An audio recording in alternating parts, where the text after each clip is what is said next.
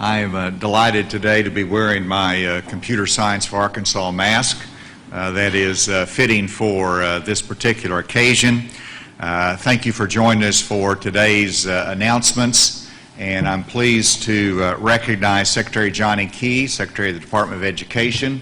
To my right, we have Jessica Jones, Director of the Division of Information Services, Anthony Owen, who is our Director of Computer Science, Bill Gossage, who chaired the Computer Science and Cybersecurity Task Force, along with Annabeth Gorman of the Women's Foundation, as well as a member of the task force, and then Jim Alley of T-Mobile. Thank you for joining us today. And let me emphasize that across the country, in so many states, education is in a holding pattern. In other words, we're just trying to get through the school year during a pandemic. And in Arkansas, we don't want to hold. We don't want to be on pause. We want to get in the fast lane because a future is moving in our direction that's going to be filled with technology, and we want to be ready for it. And so Arkansas has established a reputation as a national leader in technology education. We want to maintain that status as a national leader. And so for that reason, we've had the Computer Science and Cybersecurity Task Force that has worked for more than a year. But we've had other initiatives that are bringing technology to the classroom, and the speed of that technology we want to increase every day. Today, I am announcing, first of all, that the state of Arkansas will increase the internet broadband speed in our public schools across the state. The speed will be increased to 5 times faster than current speeds of the internet. It will go from 200 kilobits per second to at least 1 megabits per second. This dramatic increase in speed is in order to utilize a network that will better serve our students and our educators. This upgrade will be completed by July 1 of 2021, which is the next school year, and it will allow students and educators to execute a media-rich curriculum that enhances online testing, digital content, and remote instruction as needed. What are the costs of this? We're currently paying $13.6 million per year for the state of Arkansas to sustain this high-level broadband network in every school in Arkansas. That cost will increase to $13.8 million per year. It is a good investment for giving our students and educators the tools that they need for online education, digital content, and all the other resources that they need through technology. We'll be one of the first states to meet the new standard that has been referenced by some of the national groups that follow this, and we're excited about this announcement. The second announcement that I want to make, it's referenced on the graph, is from T-Mobile. And T-Mobile, as a part of Project 10 Million, will be delivering approximately 18,000 Mobile Connect devices to Arkansas schools and students. This will be free for the first 5 years with 100 gigabits of data per year for eligible households. This brings our total hotspots to over 38,000 devices, 20,000 of those from our CARES Act funding, and we're grateful for T-Mobile for an additional 18,000 that will be added and distributed, and our goal is by the end of October, the 1st of November, to have these new hotspots, these new Connect devices available to households in much needed areas of our state. And so thank you, T-Mobile, for that contribution to our initiative. And then the third announcement that relates to technology and education is that we're continuing the emphasis on getting high-speed broadband permanently to the rural areas of our state. We're moving aggressively in that direction, and this week our Arkansas Rural Connect grants have been awarded to 8 additional communities with a total amount of exceeding $7.5 million. These will go this week, these grants, to the City of Poen, St. Francis County, Conway County, the City of Plumerville, the City of Oil Trough, Mountain View, the City of Duval's Bluff, and Des Arc. We have Judge Porch here, who has helped supervise this with the Department of Commerce, and because of our efforts and combined with the legislature, we have distributed over $50 million in grants thus far for high-speed broadband in our rural areas, with an additional $46 million in the pipeline, which will be announcements that will be coming in the coming days and weeks. And so ultimately we'll be distributing $119 million in grants to providers and to communities to accelerate high-speed broadband in the rural areas of Arkansas. And then I want to spend some time on the fourth announcement today, and that is, after almost a year of work, the Computer Science and Cybersecurity Task Force has presented to me a report, and I wanted to thank all of the members of the task force for their hard work, their excellent work, their expertise over a long period of time. The task force had 35 members from industry, education, many other fields. This was led by Bill Gossage, the chair of the task force, and as I mentioned, Annabeth Gorman was a member of it. Both of them are here today representing the task force, and I want to turn the microphone over to Bill Gossage for the presentation of the report and comments. Well, thank you, Governor. I appreciate the opportunity to serve as the chairman of this task force. As the governor said, we did have 35 individuals who were part of this, both public and private individuals. They were from education, business, and industry, and philanthropic organizations, and it started out in person, but as we all know, it made it a little bit more challenging as we went virtual. So I just want to thank that task force. I want to thank Anthony Owens and his team for all the work that they did. I also want to thank Josh McGee and Sarah McKenzie from the Office of Education Policy for help draft and finally write the report that we're going to give to the governor momentarily. So again, thanks to everyone. I want to introduce Annabeth Gorman now for a few words from the Women's Foundation.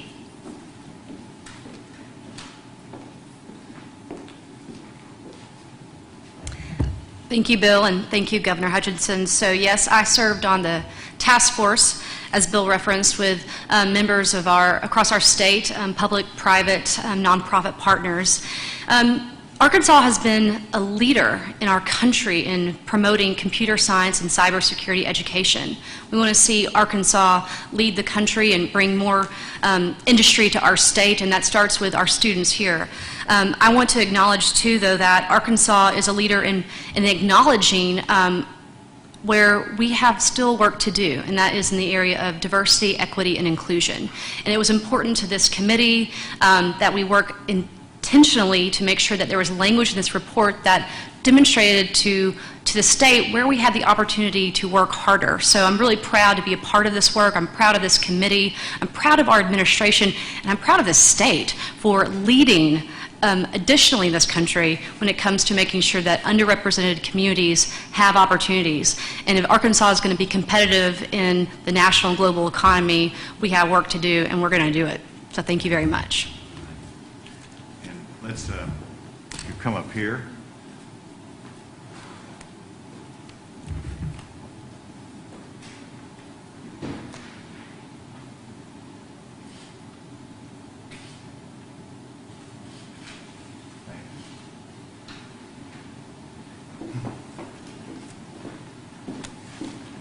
Well, I do accept the report, and as you can see, it is voluminous. It carries a number of different recommendations that's going to take the state some time to implement.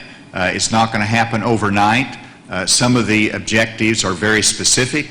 Some of them are more aspirational, and some will be accomplished in 2 years. Some will take 3 years to do, but this report really sets the stage for Arkansas's future, both in terms of technology education, but it's also in terms of partnering with industry and the private sector, increasing the training of teachers, and we look forward to being a national leader for this additional phase, this new phase of computer science education and creation of jobs here in Arkansas.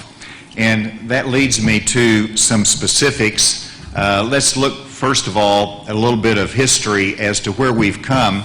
This is both in the chart as well as in the graph. But you can see where we started out with our computer science initiative, 1,100 students that started taking computer science in 2014, 3,900, 5,500, 6,100, and the last year was 9,800 students taking computer science in our high schools in Arkansas.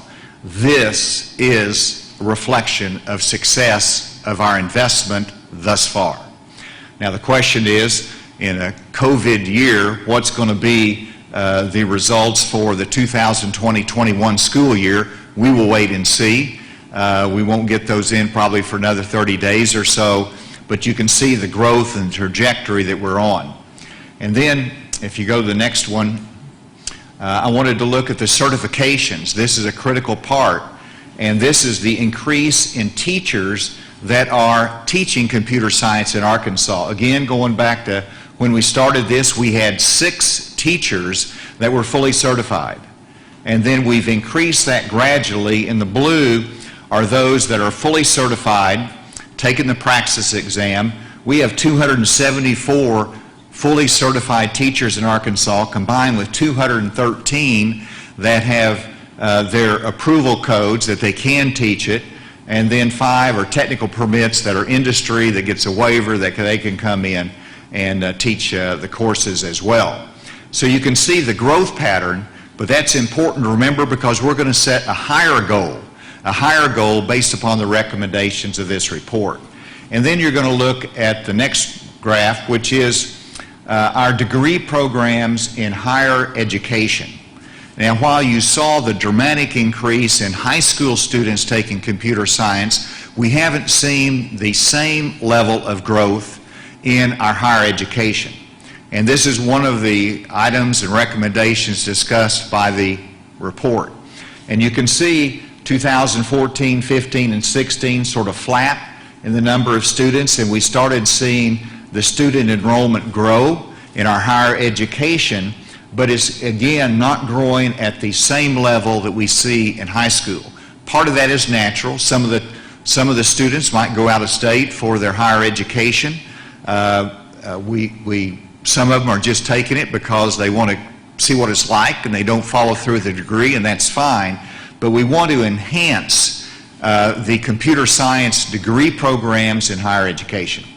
And then this is an overview of some of the recommendations. As we mentioned, there's 5 broad recommendation categories with 21 general recommendations and over 100 specific recommendations and actionable items in the task force report that we have been presented today. I've taken those, I've reviewed those, and I looked at what we ought to do in phase 1. Phase 1, and if we go there, this is just a rough outline of what we can first look at in this report and what we first want to tackle. And the first one is a very bold initiative. It's a fairly dramatic change, and that is to require a computer science credit for students in Arkansas to graduate. Now, this is recommendation number 1. Right now, we encourage our students to take it. This shifts from encouraging them to take it, saying you have to have at least 1 credit to graduate. To do that, that's going to go to the second priority, which is to require every public high school in Arkansas to have a computer science teacher, endorsed or certified, because we're seeing an inequity. You have our urban districts that are very aggressive in training the teachers and getting and recruiting the teachers, but in the rural areas of Arkansas, you don't have the same access, and many of them are learning by virtual Arkansas. versus having a teacher in the classroom. We want to reduce that inequity. We want to make sure that a computer science teacher is in every high school in Arkansas, and that's going to take money. That's going to take an investment. It's going to take the support from the Department of Education. As part of that is a third priority to provide incentives for training and teacher computer science. To get a teacher in every area of the state, we've got to incentivize them to get their certification so they can teach that. We're going to have to look at internships and partnerships with private technology companies. These are the linkage that we need to have that the task force recommends. We want to be able to increase those internships. We want to increase higher education computer science courses and student enrollments, which will be everything from giving a course credit for an internship program to expand the certifications, hopefully to standardize transfer of credits between our institutions so we can recognize the computer science credits from another Arkansas institution. We have our Arkansas Futures Grant Program that's right now that is eligible to those that are going to community colleges. We want to be able to utilize that grant program to allow high school students to take college courses. That will be an exciting opening of doors for those students. And so on those first five, I'm tasking our Secretary of Education, who is also excited about this, to develop a plan to implement this. It won't happen overnight. We're going to have to train a lot of teachers. We're going to have to invest some money. We're going to have to work with the legislature on some of these items. But he's going to dig into the specifics of this with his team and with Anthony Owen to make sure we can accomplish these phase one priorities. And then part of it is attracting new tech companies to Arkansas and to incentivize tech companies to expand in the state, to create a computer science infrastructure fund. And we have our Department of Commerce that's going to have the lead in looking at how we can incentivize tech companies to come to Arkansas. We've made a great deal of progress, but we want those students that get the computer science education to have their future here in this state and to meet the needs of industry. To develop policies to attract tech workers to Arkansas. It's about creating our own talent pool through education, but it is also about attracting those that might have been from Arkansas, but they've gone to work for a tech company in California. We want them back. We want those back and other tech workers back to realize that Arkansas is a tech-savvy state with tech students and with tech companies that can create our future in new ways that meet the needs of our society. And so those are just 7 of the phase one priorities that I'm asking our Department of Education, the Department of Commerce to focus on in the short term so we can accomplish those quickly and that we can continue to lead the nation, be one of the great leaders in the nation in computer science education. With that, I'll turn it open to questions, and my guests here today will be available if there's questions that they might be able to answer as well. Is there a ballpark time frame that you have for getting through some of this phase one? Well, whenever you look at the requirement for credits for a high school graduation, that will have to be phased in because you don't want to adversely impact those that are juniors or seniors right now that might not have planned for that. So that will be phased in, but it can be put into effect immediately for the students that are coming up through the pipeline. You know, in terms of the certification requirement for our schools, for teachers in every high school in Arkansas, that is going to depend upon our ability to incentivize teachers to be certified. I think that will be phased in as well. I want that to be done as quickly as possible, and that's going to take some investment and a specific plan for that. And I guess how diverse currently is the computer science courses across the state? I mean, are we talking just like kind of 101 stuff across the state for the most part, or are we seeing like an expansion of that really into the weeds of computer science, you know, the coding, robotics, stuff like that? And the answer is each year we increase the diversity of the courses, the different languages that are taught. We are, adding cybersecurity courses to advanced placement courses in computer science. But here again, there is some inequities. You have some schools that might have 3 or 4 teachers in computer science that have a broad diversity of advanced courses, and then you have others that are lagging behind because of resource limitations,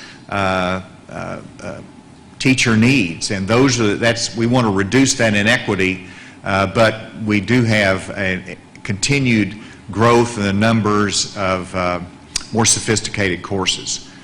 Secretary Key, did you have anything you want to add, or Anthony on that? Secretary Key?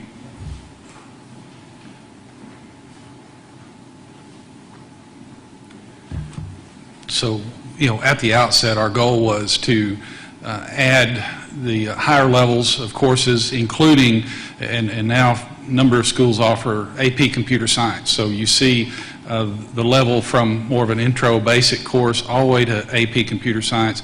Also, the partnership between career and technical education now, where we looked for opportunities for robotics, and where coursework is also intermeshed with hands-on activities. So there is a much wider availability now of the types of courses that it's not all just programming, but it's also important to know that the work of Anthony and his team, they've also created all the way down to kindergarten the concepts of computer programming. So it's not something that we wait until they're in middle school or high school. We're introducing concepts at the earliest ages. No?